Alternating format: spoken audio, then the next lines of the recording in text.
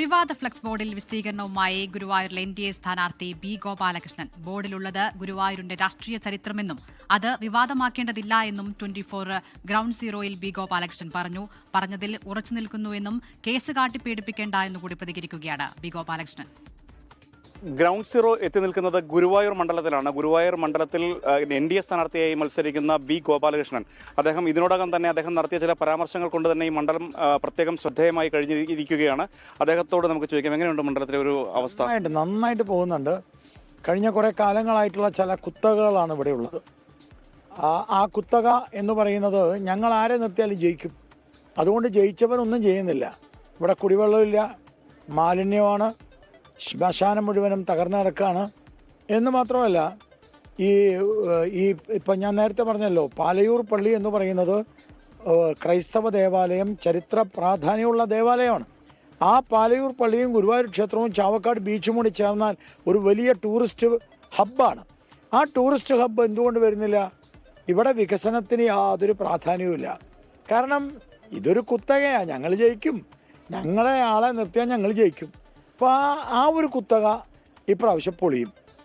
ഇന്നത്തെ ഒരു പ്രധാനപ്പെട്ട വാർത്ത, ഒരു ഹോട്ട് ന്യൂസ് എന്ന് പറയുന്നത് ചാവക്കാട് സ്ഥാപിച്ചിരിക്കുന്ന ഒരു ബോർഡാണ്. ആ ബോർഡിൽ കഴിഞ്ഞ കാലങ്ങളിൽ ഈ മണ്ഡലത്തെ പ്രതിനിധീകരിച്ച MLA-മാരുടെ മതാടിസ്ഥാനത്തിലുള്ള ഒരു കണക്കാണ് പ്രസിദ്ധീകരിച്ചിരിക്കുന്നത്. അപ്പം അത്തരം ഒരു സാഹചര്യം അല്ലെങ്കിൽ അങ്ങനെയൊക്കെ എങ്ങനെയാണ് നമുക്കൊരു പൊതുസമൂഹത്തിന് മുമ്പിൽ പറയാൻ കഴിയുക? നിങ്ങൾ ബോർഡ് വായിച്ചോ? MLA-മാരുടെ പേരുണ്ട്. MLA-മാരുടെ മതം തിരിച്ച് പേരെഴുതി വെച്ചതായിട്ട് എനിക്കറിയില്ല.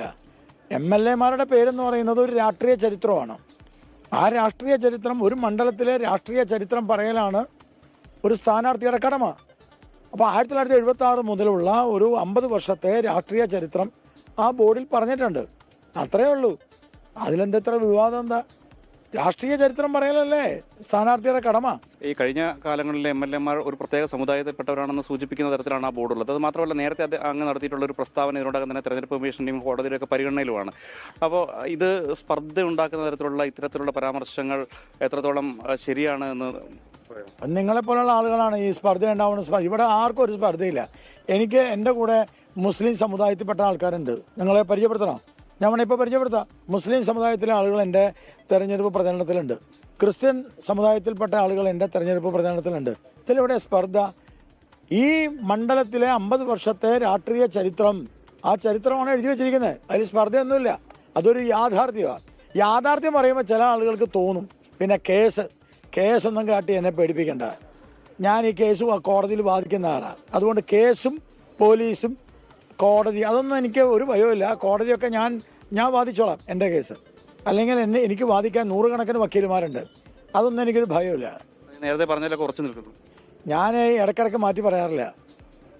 ഓക്കെ. അപ്പം ഇതോടൊപ്പം തന്നെ വേറൊരു കാര്യം, കഴിഞ്ഞ ദിവസം ഒരു വാർത്താ സമ്മേളനത്തിൽ സരസ്വ ടീച്ചർ അങ്ങേക്കെതിരെ അറിയില്ല. ഓക്കെ. അപ്പം ഈ മണ്ഡലത്തിൽ ശുഭപ്രതീക്ഷയോടെ മുന്നോട്ട് പോവുകയാണ്. ഈ മണ്ഡലത്തിൽ ജയിക്കും. അതിന്റെ പ്രധാനപ്പെട്ട കാര്യം പറയാം. 46,000 വോട്ട് ഈ മണ്ഡലത്തിൽ സുരേഷ് ഗോപിക്ക് ലഭിച്ചതാണ്. ഈ മണ്ഡലത്തിലെ പോളിംഗ് വരുന്നത് എത്രയാണെന്നൊക്കെ എല്ലാവർക്കും അറിയാം. 46,000 വോട്ട് ഭാരതീയ ജനതാ പാർട്ടിക്ക് അന്ന് ലഭിച്ചിട്ടുണ്ട്. ആ 46,000-ന് കൂടെ കുറച്ച് വോട്ടും കൂടി കൂടിയാൽ ഭാരതീയ ജനതാ പാർട്ടി ജയിക്കും. ഇവിടെ BJPക്ക് ജയിക്കാൻ എല്ലാ സാധ്യതയുമുള്ള വളരെ പ്രധാനപ്പെട്ട ഒരു മണ്ഡലമാണ്. ഇതൊരു കുത്തക മണ്ഡലമാക്കി ചില ആൾക്കാർ വെച്ചിരിക്കുകയാണേ. അത് പൊളിക്കും ഞങ്ങൾ.